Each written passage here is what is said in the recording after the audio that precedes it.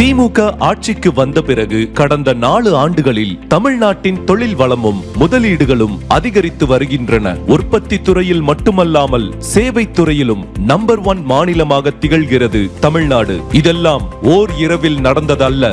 2021ஆம் ஆண்டு முதல் 2023ஆம் ஆண்டு வரை 5 முறை சிறு மாநாடுகளை நடத்தி ஆட்டத்தை ஆரம்பித்தார் நம் முதலமைச்சர். இதில் 2,97,000 கோடி ரூபாய் அளவுக்கு முதலீடுகளை ஈர்த்தார். அவரது தொடர் முயற்சியால் உலக முதலீட்டாளர்களின் பார்வை தமிழ்நாட்டின் பக்கம் திரும்பியது.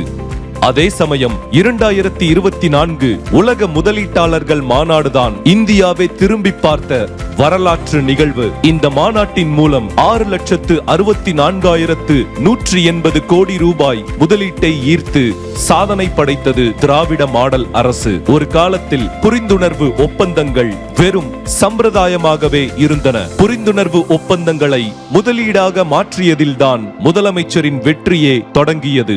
இந்திய அளவில் புரிந்துணர்வு ஒப்பந்தங்கள் முதலீடுகளாக மாறும் சராசரி அளவு 25 முதல் 30% மட்டுமே. ஆனால் 2024 உலக முதலீட்டாளர்கள் மாநாடு மூலம் புரிந்துணர்வு ஒப்பந்தங்கள் 60% முதலீடாக மாறின. 2022 முதல் 2024 வரை Japan, Singapore, Spain, Dubai, America என 5 நாடுகளுக்கு முதலீடுகளை ஈர்க்கச் சென்றார் முதலமைச்சர். இதில் கையெழுத்தான 36 புரிந்துணர்வு ஒப்பந்தங்களில் 23 ஒப்பந்தங்கள் முதலீடுகளாக மாறின. கடந்த 4 ஆண்டுகளில் 897 புரிந்துணர்வு ஒப்பந்தங்கள் கையெழுத்தாகின.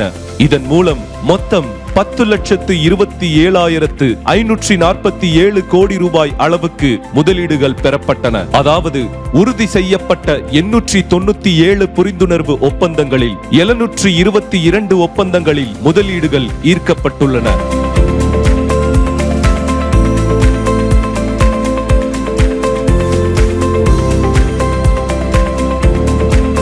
2032ஆம் ஆண்டுக்குள் $1 டிரில்லியன் பொருளாதார இலக்கை நோக்கி சரியாக பயணிக்கிறார் முதலமைச்சர் மு.க. ஸ்டாலின். 4 ஆண்டு நல்லாட்சிக்கு இதைவிட வேறென்ன சாட்சி?